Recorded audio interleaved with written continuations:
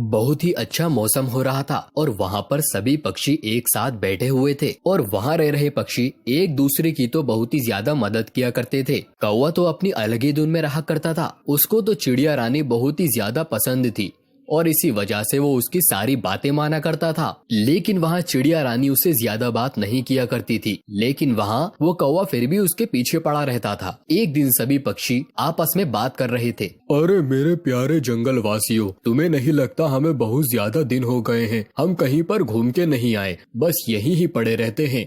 मुझे तो लगता है कि हम सभी को आगे जाकर घूमकर आना चाहिए, जिससे हमें पता चलेगा कि हमारे जंगल का माहौल कैसा चल रहा है। और वहीं पर बैठा हुआ वो कौवा भी कह रहा था, अरे कह तो तुम बिल्कुल ठीक रहे हो, लेकिन मुझे नहीं लगता कि हमें अभी वहां जाना चाहिए, क्योंकि अभी हमारा खाने का समय हो रहा है। हम कभी और चल देंगे ना वहां पर। अरे अरे कौवा, तुम्हें भी हमेशा खाने की ही पड़ी रहती है। देख लो गुलाबो चिड़िया, कितना खाता है ये कौवा। अरे रोज के रोज ही खाते हैं, आज चलो हम घूमने के लिए चलते हैं।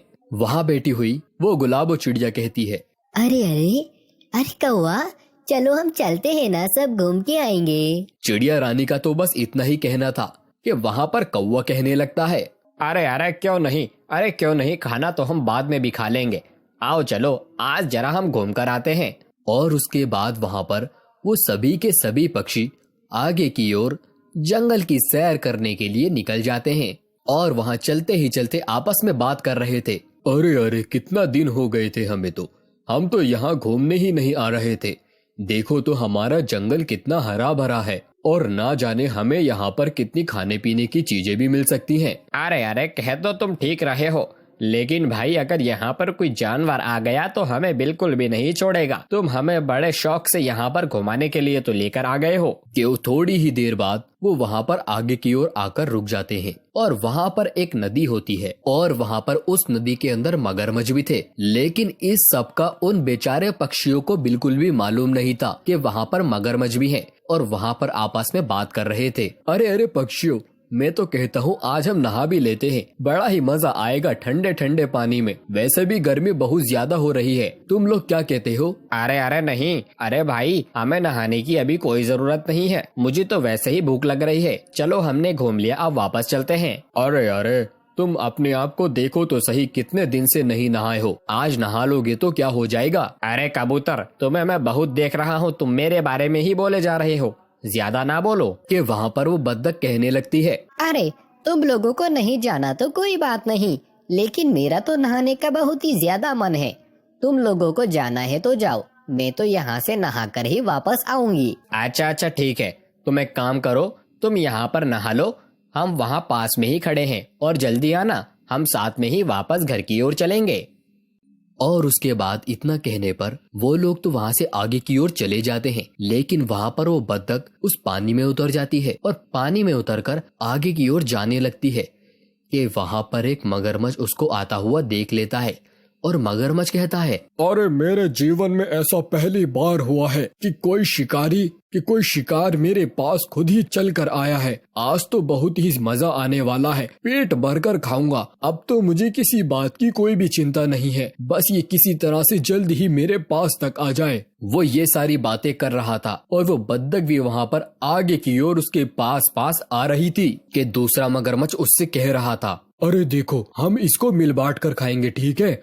अगर तुमने इसको अकेले खाया तो अच्छा नहीं होगा। अरे अरे ठीक है, एक बार इसको हमारे चुंगल में तो फंसने दो, तभी तो कुछ पर कर पाएंगे हम। और थोड़ी ही देर बाद बेचारी मासूम सी बत्तख उन दोनों के पास आ जाती है और मगरमच्छ उसके पास आकर जल्दी जल्दी कहते हैं, अब तो तुम फंस चुकी हो, यहाँ से तुम कहीं भी नहीं जाने वाली हो।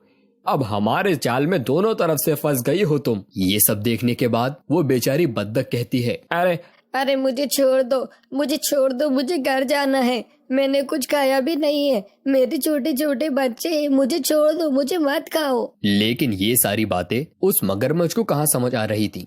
उसको तो बहुत तेज की भूख लगी थी और उसके बाद दोनों के दोनों मगरमच्छ उसको वहाँ से आगे की ओर लेकर चले जाते हैं और खा जाते हैं। और वहाँ उसके सभी पक्षी दोस्त आपस में बातें कर रहे थे। अरे अरे इतना टाइम हो गया है, ये बत्तख अभी तक आई क्यों नहीं, और वैसे भी हमारे खाने का समय हो रहा है, पता नहीं कितना नहाएगी ये।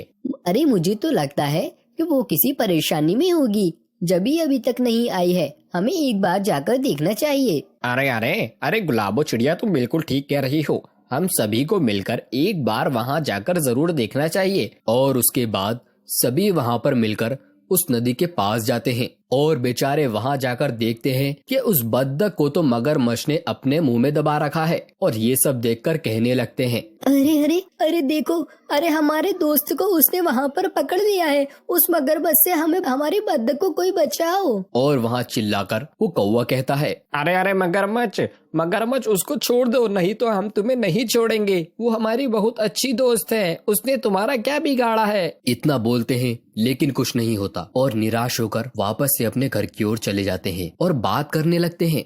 अरे देखो साथियों, अगर यही चलता रहा तो हम सभी एक एक करके मारे जाएंगे, क्योंकि हमारा वहाँ पर आना जाना लगा रहता है। हमें इसके लिए कुछ न कुछ तो करना होगा। अरे चिड़िया रानी, तुम बिल्कुल ठीक कह रही हो। ये तो हमारे लिए एक बड़ी मुसीबत है। तुम चिंता मत करो, इसका मेरे पास एक इलाज है। हम सभी मिलकर वहाँ पर एक बांस का टुकड़ा लेकर के जाएंगे और वहाँ उस नदी में फेंक देंगे, और जैसे वो उसको खाएगा उसके मुंह में फंस जाएगा, जिसकी वजह से वो मर जाएगा, और उसके बाद हमें वहाँ पर कोई भी खतरा नहीं रहेगा। इतना कहने पर बिना देर किए सभी के सभी पक्षी वहाँ पर एक लकड़ी के टुकड़े को आगे की ओर लेकर चलते हैं और वहाँ जाकर पानी के अंदर डाल देते हैं कि मगरमच्छ वहाँ पर आता है और कहता है, अरे वाह, आज तो और भी ज्यादा अच्छी चीज लग रही है। पता नहीं ये लोगों ने मेरे खाने के लिए क्या डाला है। लगता है ये लोग डर गए हैं।